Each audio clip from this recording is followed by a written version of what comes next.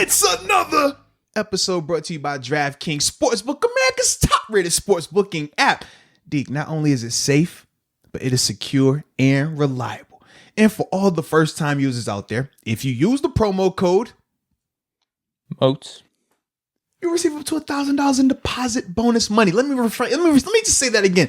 If you use case the someone promo didn't hear code, that, right? If they didn't hear it, if you use the promo code MOATS, you will receive up to $1,000 in deposit bonus money. So stop wasting time. Download the app, use the promo code, and get an opportunity to make a little money. Coach of the year. Who I think will win is Kevin Stefanski. Who I would personally like to win, or at least I think should be in that conversation, is Sean McDermott. I'll give for both of them real quick. And with Sean McDermott, the reason why I think that, he should be in that conversation or at least be getting those types of consideration. When you think of Buffalo, we obviously know what he's been able to do up there throughout his 3 years now that he's been there, right? Double-digit wins, back-to-back seasons, playoff appearances, led this team to the AFC Championship this year.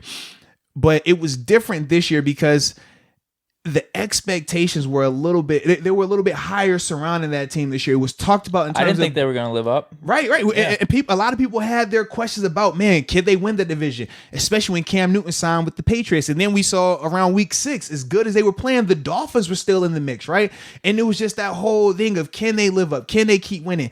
And they kept doing it. They kept winning. And in big games as well.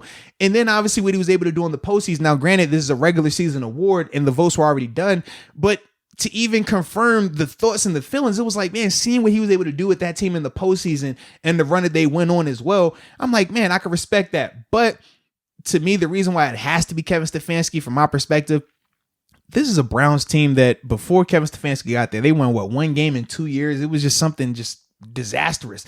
And we also know throughout the history of the Browns, especially in their recent history, how much they've struggled to win or to even find a stable coach. And this guy, in no offseason, no preseason in terms of preseason games, a condensed training camp during the middle of a global pandemic, he takes the Browns to win double-digit games, win a playoff game on the road versus your division foe. Like, he wasn't even coaching. Right. And like, to me, I'm like, and then played the Chiefs tough. Like think about when you're talking about everything that they had to endure. And like I said, and I don't even like the Browns. We don't. No, I do not want to have him win coach of the year, but it's I don't think you can debate it. I'm just like, man, when you think about that organization and how we view the Browns, think about not even Steelers fans. If you just go to a regular fan and say, hey, man, what do you think about the Browns this year? They're trash. It's the Browns. Like, even though they got good players, even though they went to, it was, they're trash. The Browns. The Browns are the Browns. Like, everyone says it, right? But you saw how that changed. Stefanski motivated those guys. He had them playing good, like really good ball. Like, think about how Baker looked. Baker had one of his best years, man, was controlled, understood when to take chances, had them offensively just playing the style of play that was best for them in terms of leaning on Chubb, leaning on Hunt. When I think of all that, like I said, as much as it pains me to talk about them like this, I feel like I need to go like gargle with mouthwash and dynamite. Like, it just is what it is. Like, I can't be a hater. I don't want to be a hater in my life. And I would be a hater if I didn't, pay my respects to Mr. Kevin Stefanski, man. Tip my cap. I ain't even got to have him tip your cap. Thanks. All right, here we go, man. I was thinking the same thing as I'm going through these awards. I'm like, man, can I just say Reed? Would they go 15-1? Which I do think he should get respect as well, because it's weird. We don't talk about the coaches that continue to win, right? They go 15-1, 14-2 after coming off a Super Bowl win. We just look at it as all right, cool. But sometimes to me, that's a lot tougher than when you don't have expectations. Playing in Pittsburgh, playing in Buffalo, and seeing the difference of when you have expectations surrounding you and you have to win double digits, you have to get there every year, and how much of a strain that was. To see them do it like that, I'm like, God, man, I took my cat to the cat that too as well, man. But he can't get it though. No, yeah, I think Stefanski's going to win it, and I think he deserves it too. Goes back to everything you said. The Browns are just terrible. I mean, so much dysfunction. You go from Hugh Jackson, and then they had a little bit of a run when Greg Williams was the interim coach and Baker in his rookie year, because they fired Hugh, I don't know, week 4, 5, 6, something like in the middle of the season. Yeah. Went on a little bit of a run, but because still dysfunction. That's right. Baker got mad with Hugh for going to get a job in Cincinnati. My man got fired. You traitor. What? How? My man was fire. I remember that. Yeah, that was hilarious. We going all down memory lane today, man. But then instead of hiring Williams, they hired Kitchens, and then last year was a complete disaster for them with all the hype. They traded for Odell Beckham. So they haven't had a legitimate season since, I think Derek Anderson in 2007 they went 10-6, but they missed the playoffs. Mike Pettin had him in 14. That was the 8-8 with Manziel. It was a combo of Manziel and Hoyer. Yeah, because at one point weren't they like 7-3 or 7-4? At one point they had like a nice rate. They had just blasted us, and then from there they just the final stretch ended up costing them, man. Yeah, so they just really haven't been that relevant in terms of contention or even just playoff contention over the past like 20 years.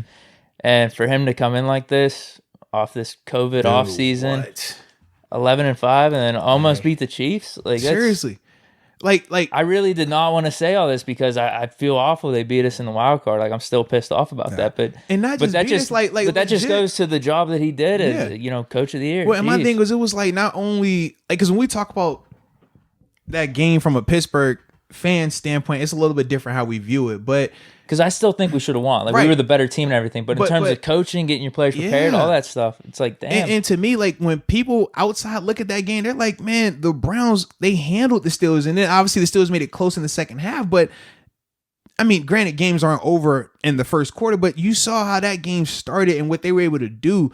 Like all of that is still falling under Stefanski. Like those guys don't do that. Even with him not being on the sideline, they don't do that if he hasn't laid the groundwork, if he hasn't put the time in the foundation and them actually buying into that. And like I said, I hate to talk about them like that because it sounds like we like them and we don't. We actually, in fact, they're kind of like when you're walking in the backyard. This for all my pet owners out there. And you told yourself you were gonna clean it up, right? You was like, yo, I got this poop out here, I gotta go clean it up. I got two pets. I got Biggie and Faith. Everybody knows that. And yes, they're named after Biggie Smalls and Faith Evans for those asking. Yes. But you go out there and you're like, I'm gonna get it next time. And you walk out there and you forgot. You feel that it's not grass, it's kind of smushy and you hope it's mud. Yeah, and you're like, oh, is this really? Should I sniff? Probably not. Hindsight 2020, I'm gonna sniff. Yeah, it was what I thought it was.